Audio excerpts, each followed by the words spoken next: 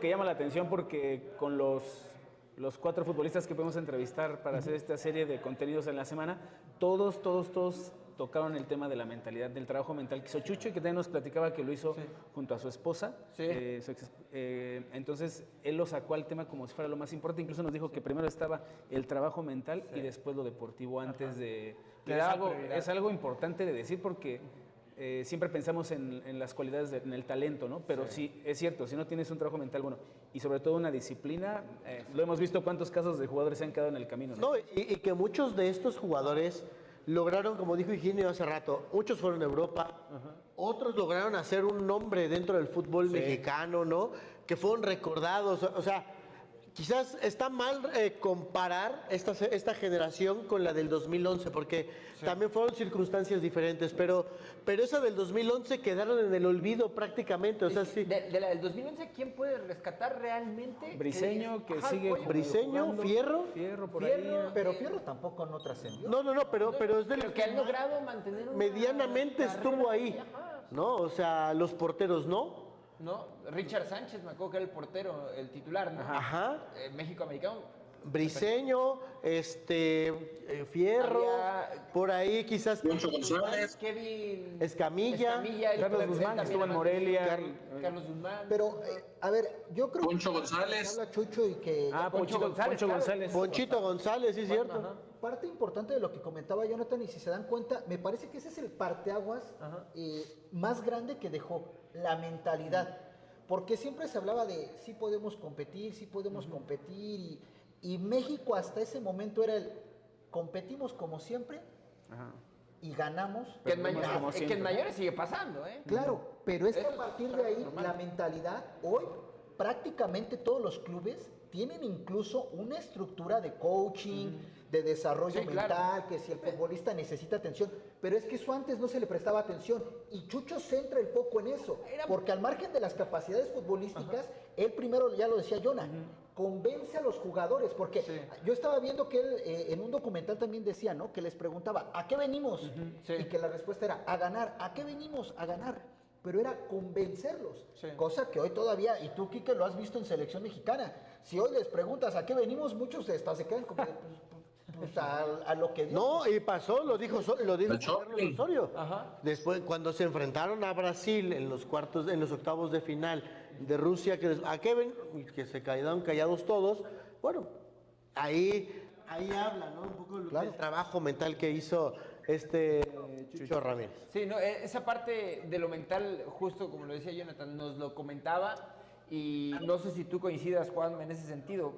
Entra o va por encima a veces de las características futbolísticas, que evidentemente también debes de ser un futbolista bien dotado en el tema de nivel, de habilidades que tengas con las piernas, pero el tema mental termina siendo, valga la redundancia, fundamental para poder tener una buena carrera, Juanma.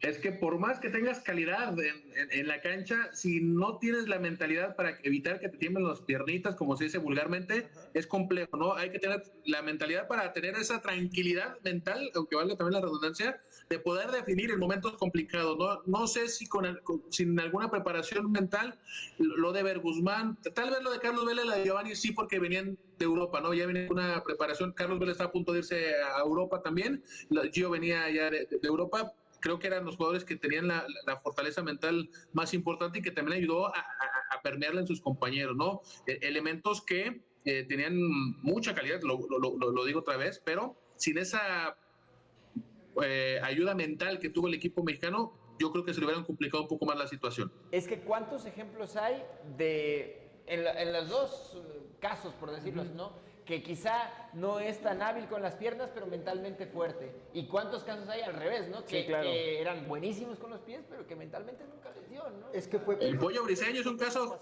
claro. A la otra selección, ¿no? O sea, Carlos Fierro, un delantero de Chivas que presentaba quizá esas armas para poder consolidarse, empezó a perderse también en el camino, ¿no? El propio Antonio Briseño, capitán de Atlas, que muchos decían, es que es el nuevo Rafa Márquez, el jugador que va a estar en Europa representando, el zaguero del futuro, y realmente el Pollo aunque hoy siga vigente y esté en Toluca, no terminó siendo el futbolista que se esperaba. Pero el único que inflaba era Juan Manuel al Pollo Briseño, ¿no? Porque era su compa, era su amigo. Él fue el que infló al Pollo, o sea, legal, él fue. No. A ver, el Pollo era importante, era el capitán de selección mexicana. Te va un caso peor y te va a sorprender. Giovanni Casillas, tanto que se habla de Giovanni Casillas y que terminó por pasar por Giovanni Casillas, que incluso se retiró del fútbol, debutó muy poco, estuvo muy poco en primera división, pasó por Coras, pasó por varios equipos y era uno de los elementos que más fe le tenía la gente de Chivas a Gio Casillas. El caso de Pollo siempre fue de los jugadores que más destacó en su equipo y por eso fue ganándose llamados. Aparte, el Pollo es tipo mentalidad José Juan Macías, ¿no? Sí. Que a veces por cómo se expresa y por cómo es, no siempre cae bien. Y creo que eso le pasa todavía al Pollo en muchas ocasiones, pero ahí está el Pollo vigente todavía, ¿eh? Yo creo que el caso del Pollo es justo de esos que eran limitados a lo mejor con las piernas, pero que mentalmente lograba sustituir quizá esa situación. Y que en todos los equipos, o en equipos igual campeones, llámense club, llámense selecciones, hay tipos de esos, ¿no? Claro. O sea, tipos que a lo mejor no son duchos con las piernas, pero de acá arriba y sobre todo muestran liderazgo. Creo que es donde nos... Y que también en esta del 2005 también había muchos así, ¿no? Sí. O sea, había algunos jugadores que no los veías como tan... Exacto, troncones, pero que mentalmente eran unos dioses, ¿no? Pero creo que sí era una generación de calidad con las piernas, más allá de lo... La del 2005. La del 2005. Sí. ¿Sabes qué creo que pasó con esa selección? Y creo que la mayoría nos quedamos como ese sinsabor o como agridulce de que llega el 20, no logran nada en el Mundial Sub-20 y luego esa generación dorada que todos pensamos que nos iba a llevar al quinto, cuarto, hasta tercero o séptimo partido, como que no lo logra, entonces como que ahí estancado. No, y ¿sabes qué es lo peor? Que también es la misma generación que con Hugo Sánchez no consigue el pase a los Olímpicos, claro. No, a los de Beijing. Por eso creo que nos queda ese como de... Pero a ver, ¿ahí es problema del jugador o también problema de los clubes?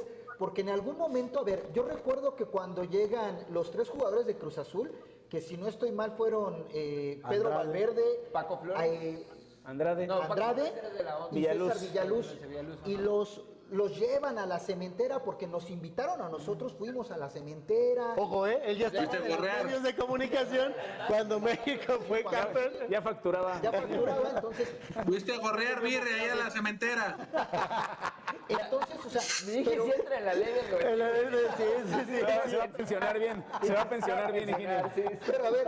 Chayo Detector. Nos llevan a la cementera, a los jugadores se les empieza a cultivar ese arraigo y todo... Y como que los clubes dicen, a ver, sí tenemos estos seleccionados, vamos a empezar a arroparlos. César Villaluz empieza, de hecho, todos conocemos esa historia. Cruz Azul explota muy bien toda esa figura de César Villaluz alrededor.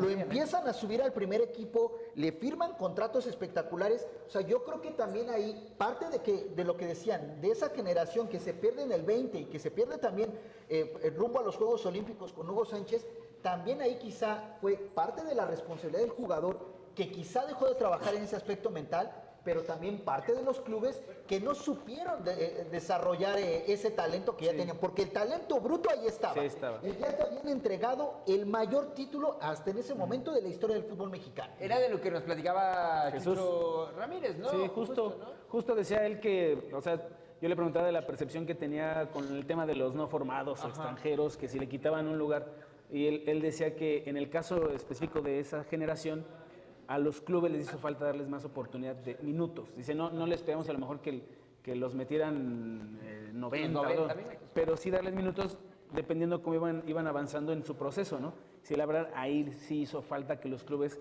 se interesaran más en llevar el proceso de la mano al jugador. Si bien lo hacen, pero con ellos, al ser la primera generación que dio un resultado como ese, al venir con un trabajo mental diferente, sí era necesario que ellos llevaran o acompañaran más cercano el crecimiento. Dice él, de su consideración fue que no lo hicieron y no es que dijo, o sea, no es que los jugadores no sirvieran, ahí estaban. El tema es que pues ya no los dejaron de utilizar y obviamente el jugador, si tipo, no sé, Andrade, si no te quieren en Cruz Azul, pues te vas a Jaguares y de repente a lo mejor la gente ya lo ve como un bajón de nivel, ¿no? Estabas en Cruz Azul y no, pues ya no es tan bueno, ¿no? Algo así. Pero yo creo que ahí es ese fenómeno, por ejemplo, justo de estos dos jugadores. Villaluz y Andrade fueron explotados muy bien por Cruz Azul, porque yo recuerdo que en esa etapa también Mizrahi hizo de Villaluz prácticamente el motor de Cruz Azul. Cruz Azul llega a esa final contra Toluca de la mano de Villaluz y de Andrade, que eran, o sea, dos chicos que eran los motores. ¿Quién fue el que se perdió en el camino? Pedro Valverde. Y por ejemplo, en Pumas, Juárez y Héctor Moreno trascendieron. Moreno llegó a jugar la final del 2007. Los dos Juárez fue campeón en el 2009. Entonces, por ejemplo, me parece que hubo algunos otros clubes. Enrique Esqueda en América también se fue perdiendo. ¿Por qué? Pues porque los clubes ahí, yo creo que hubo parte de los clubes que no dijeron: este es mi jugador, este es mi talento, voy con todo por él. Que en el caso de Villaluz y de Andrade, yo creo que son más situaciones desafortunadas, ¿no? Lo de Villaluz, yo creo que su carrera... No, pero la apuesta estuvo. O sea, porque Cruz Azul los empieza a proyectar. Atlas es un caso claro de que no le supo dar esa confianza a sus jugadores. Tenía elementos importantes. Beto Gallegos era uno de ellos, Pepe Reyes, que sabemos su historia, que finalmente no fue tomado en cuenta por este tema de los registros. Los dos únicos jugadores que pudieron debutar y que tuvieron un proceso más o menos interesante en Atlas fue Cristian Sánchez, el central, y Jorge el Cajetas Hernández, este elemento que también perdió tiempo, ¿no? Con esta ilusión de ir a Europa, que dejó el fútbol mexicano para irse a probar al Fútbol Club Barcelona, y le costó un tiempo, ¿no? Pero yo creo que los jugadores del Atlas fue a los que menos confianza le dieron, ¿eh? Sí, claro. Y justo, Juanma, tú platicaste con Blas, ¿no? Sí, justamente platicamos con Pepe Reyes, un elemento que como dato curioso se metió al final, en la parte final de la lista, esta lista que por momentos incluyó a gente como Javier Hernández Balcázar, que se fueron bajando poco a poco en esta lista, que mediante los reportes que mandaban los mismos clubes a Chucho Ramírez mediante correo electrónico, y Chucho y Pepe Reyes Blas se meten en la parte final de la lista, lo llevan a la Copa del Mundo y la parte trágica de la historia, ¿no? Le dijeron: si no podemos registrar a Carlos Vela como portero, vas a ser el sacrificado para traer otro elemento de Atlas, que fue justamente el hijo de Efraín Flores, ¿no? Cristian Flores, que utilizaron como tercer portero, y Pepe entendió el rol en ese momento, no estaba contento, obviamente, claro, pero finalmente dice: soy parte de la historia, y no fue por tema futbolístico, sino porque tuvieron que tomar una decisión. En ese momento pensaban que Carlos Vela pudieran registrarlo como portero, porque incluso me atajaba bien Carlos Vela en los entrenamientos. Sí era una opción Carlos Vela para utilizarlo como tercer guardameta, el que normalmente no lo usan, porque hay que recordar que los porteros eran el Mochis Arias, el de Chivas, Sergio Arias, y también Alejandro Gallardo, el Chivo del Atlas, ¿no? Que eran los dos guardametas que tenía Chucho Ramírez. El tercero era Cristian Flores, también del Atlas, y por eso Pepe Reyes no puede jugar la Copa del Mundo. Incluso, como dato curioso también, él dice: desde un momento parecía que estaba destinado a no jugar. Sus uniformes no decían J. Reyes, decían J. Blas, su segundo apellido. Sí, esa historia, la verdad, estuvo muy buena, porque igual le preguntamos a Jesús sobre cómo fue la decisión, ¿no? Decirle a un adolescente de 16 años que pues, al final te acompaña en el proceso y al final no lo tienes que llevar. Y de ahí salió la plática igual que nos llevó al tema de Eduardo Arce, el actual técnico de la Sub-20, que también era parte de esa lista del Chícharo, de Torres Nilo, de Pepe Reyes Blas. De esos que se quedaron como en el camino. ¿No? Yo eso sí no lo sabía, que Eduardo Arce, el técnico de la Sub-20, estuvo en ese proceso y en algún momento pudo haber ido a ese mundial, ¿no? Sí,